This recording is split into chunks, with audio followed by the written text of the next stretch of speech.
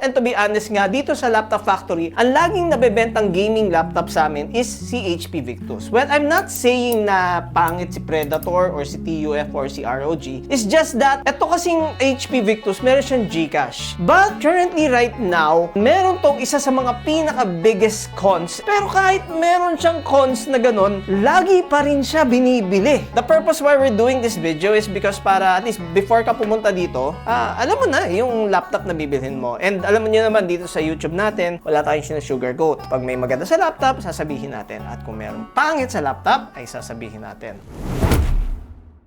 Good morning, good afternoon, good evening. This is Tito Dustin. Today, ito naman ang i-shoot natin. This HP Victus 15. Now, bakit ito ang i-shoot natin ngayon? Well, it's been exactly 1 year na hindi kami nakapag-shoot ng HP Victus. And syempre, ang dami na nagbago sa HP Victus. On our previous videos, nagsabi tayo ng mga best laptops last year or even quarter. Laging kasama si HP Victus sa mga best-selling. And to be honest nga, dito sa Laptop Factory, ang laging nabebentang gaming laptop sa amin is si HP Victus. Well, I'm not saying na pangit si Predator or si TUF or si ROG. It's just that, eto kasing HP Victus, meron siyang Gcash. But currently right now, meron tong isa sa mga pinaka-biggest cons and I'll tell you that later, okay? Pero kahit meron siyang cons na ganun, lagi pa rin siya binibili. Titignan natin kung ano maganda at pangit dito sa HP Victus na ito.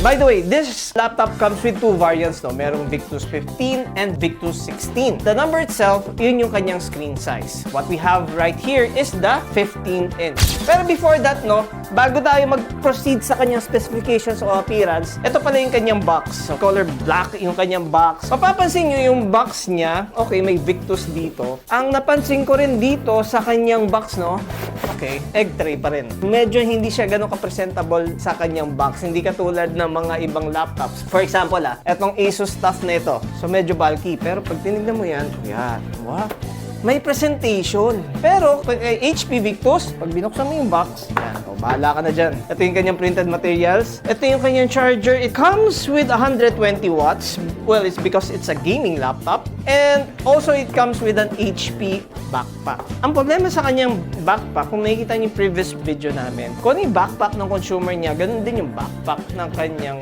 HP Victus. Hindi katulad ng mga TUF, Predator, or ROG. Talagang meron siyang gaming backpack. Etong mga HP Victus na ito, this will soon be discontinued. Ibig sabihin, mawawala na sila sa market. Papalitan na nila ang kanilang gaming laptop. Hindi na siya Victus. It will be a HyperX. For the premium gaming laptop niya, HyperX Omen. Yung Victus laptop, yung kanilang budget gaming laptop ay magiging HyperX. Of course, as much as possible, ang kukunin pa rin namin yung mga Victus laptop. Kasi these Victus laptops tend to be much cheaper compared ngayon sa mga bagong HyperX na gaming laptop. Kung ngayon, V yan, di ba? Yung HyperX magiging H yan na may X. Ganun pa rin yung appearance. May color white variant, may color black variant, pero ganun na ganun. So right now, speaking about Victus, ayan yung mga ating mga Victus na available right now here in Laptop Factory. You can actually post this or screenshot it. Ngayon, sinircle natin kung ano yung current na HP Victus na hawak natin. Now, but before that, let's proceed with the physical appearance of this HP Victus first. So it's color black from everything from the top cover, dito sa kanyang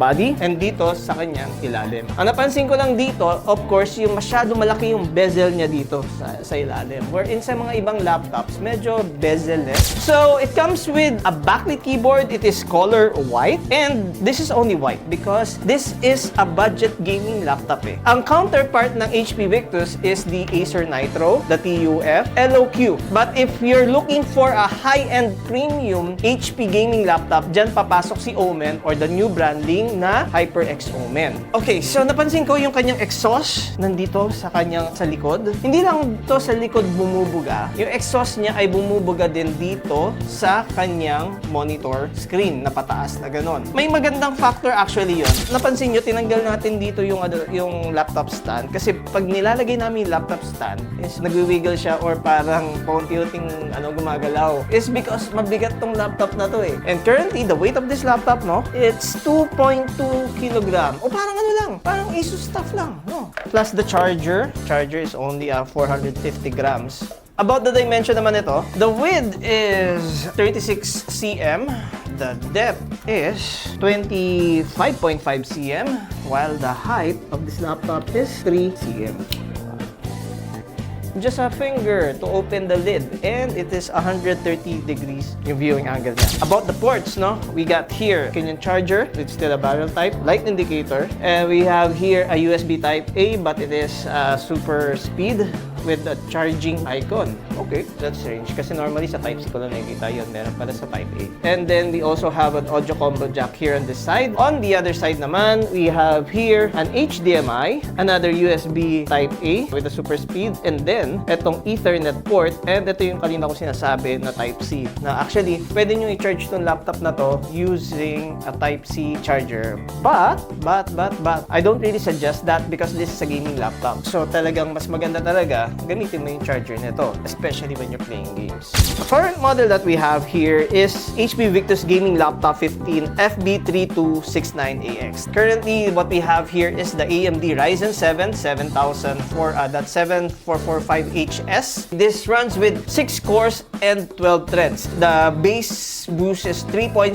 up to a maximum of 4.7 turbo boost. The current memory that we have here is an 8GB memory only. So probably medyo con siya kasi for a gaming laptop na 8GB is medyo mababa. The storage is 512 SSD, and the display that we have 1920 by 1080. Ngayon sa ganito kalaking bezel, no, actually pwede siya maging aspect ratio na na 16 by 10 na WXGA. But ang maganda dito yung kanyang refresh rate, this is 144 Hz. What we really expect from a gaming laptop, no? But there are some gaming laptops kasi mga nasa 120 Hz lang. So this is actually good. So this is a full HD IPS display with a 300 nits. Okay, so it's not the brightest laptop, it's just an average nits. And then the video card that we have here is a GeForce RTX 3050, but that's already a 6GB dedicated and with a max 75 watts na TDP. Okay, camera test on this HP Victus is actually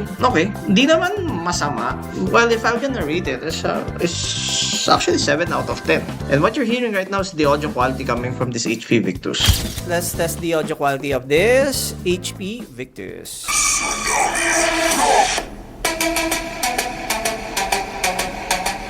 7.5 eh. Hindi siya pangit.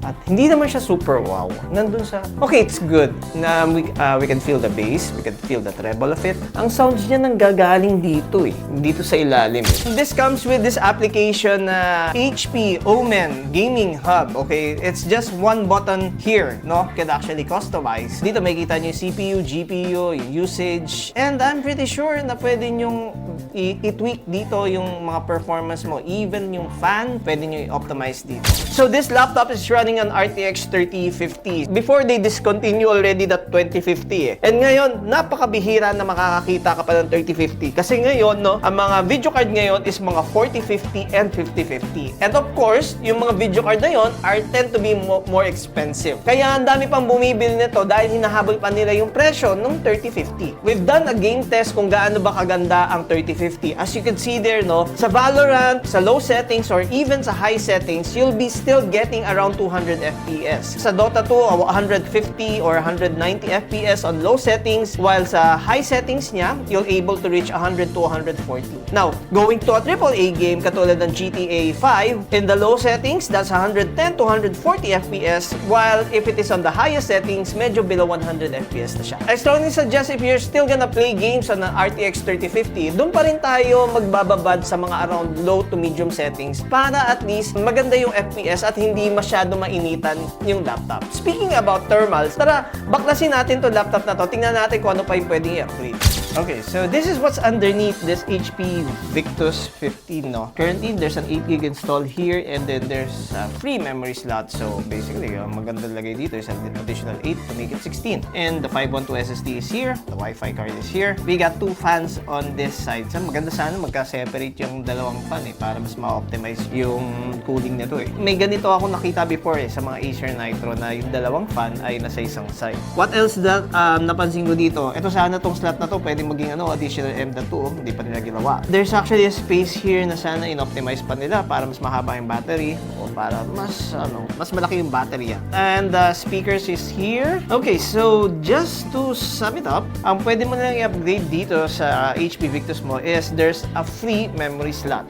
Okay, about the SSD, wala na siyang extra SSD. About the warranty, this comes with a 1-week replacement here in the Laptop Factory and of course a 2 years warranty from HP.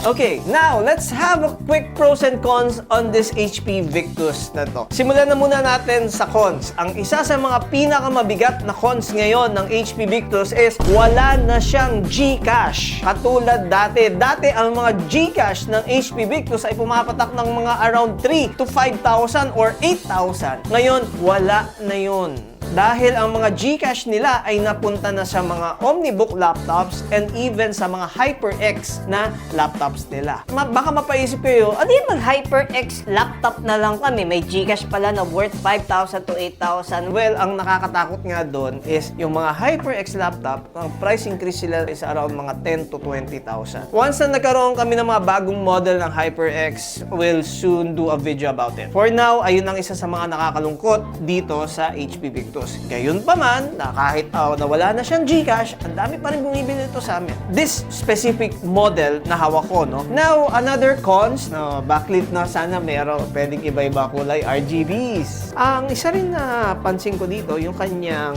screen display, no? It's a 16:9, sana ginawa 16:10 para less bezel dito sa ilalim. Okay, but of course, maganda naman ang kanyang display sa 144 Hz, you know? It is an IPS. Isa sa mga cons din na napansin ko dito is I think I've said this on our previous video before na isa sa mga cons din yung sinabi ni Carl, yung kanyang hinge. Yung hinge niya ay nagsisimula mula dito. Ayan, dito. Where in some laptops na ang hinge nila ay of course sa sulong. Okay. Siyempre, baka si Victus gusto niya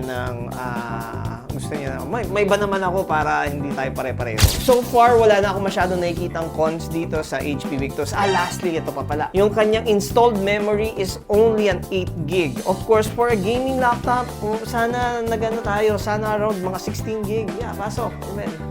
But don't worry, kasi itong laptop naman, yung memory niya is upgradable. It's just that, syempre, yung papagastos ka. Now, let's talk about the pros of this HP Victus. Well, ito ang pinakamurang brand new. O yun na lang yung disclaimer ko, brand new. Kasi syempre, right now, may mga second hand na nagbebenta ng HP Victus na mas mura. But if you're looking for brand new, ito, naka 3050 on that price point. Magkano? Grabe, no? Yun na yung pinakamurang 58,999 sinabi ni Carl. Dati yung mga HP Victus, mga nasa 40,000. Romel? Ngayon, kulang 60,000. Ano nangyari?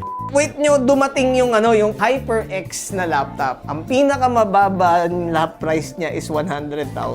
Ayun, going back sa mga pros nitong laptop na ito, ayun, pagiging aesthetic, yeah, I think so. Kasi HP Victus still been HP Victus yan. To make the story short, there's nothing so much about the cons, maliban sa 8 gig and the GCache. And then about the pros is nothing so much na, ito na current na pinaka-cheapest na gaming laptop. Okay? So, in case na meron pa kami i-add, magko-comment na lang kami dito. And of course, I know some or most of our customer purchase already this HP Victus. Comment lang din kayo dyan para sa mga ibang customers natin na bibili ng laptop na ito. At least, alam na nila yung bibili nila. The purpose why we're doing this video is because para at least before ka pumunta dito, alam mo na yung laptop na bibilhin mo. And alam mo nyo naman dito sa YouTube natin, wala tayong sugarcoat. Pag may maganda sa laptop, sasabihin natin. At kung meron pangit sa laptop, ay sasabihin natin. Well, I think nasabi ko na lahat ng tungkol dito sa laptop na ito. May gusto ka ba masabihin, Carl? Wala na? Okay, so thank you for staying this long. This is Tito Dustin. Have a good day. Bye-bye.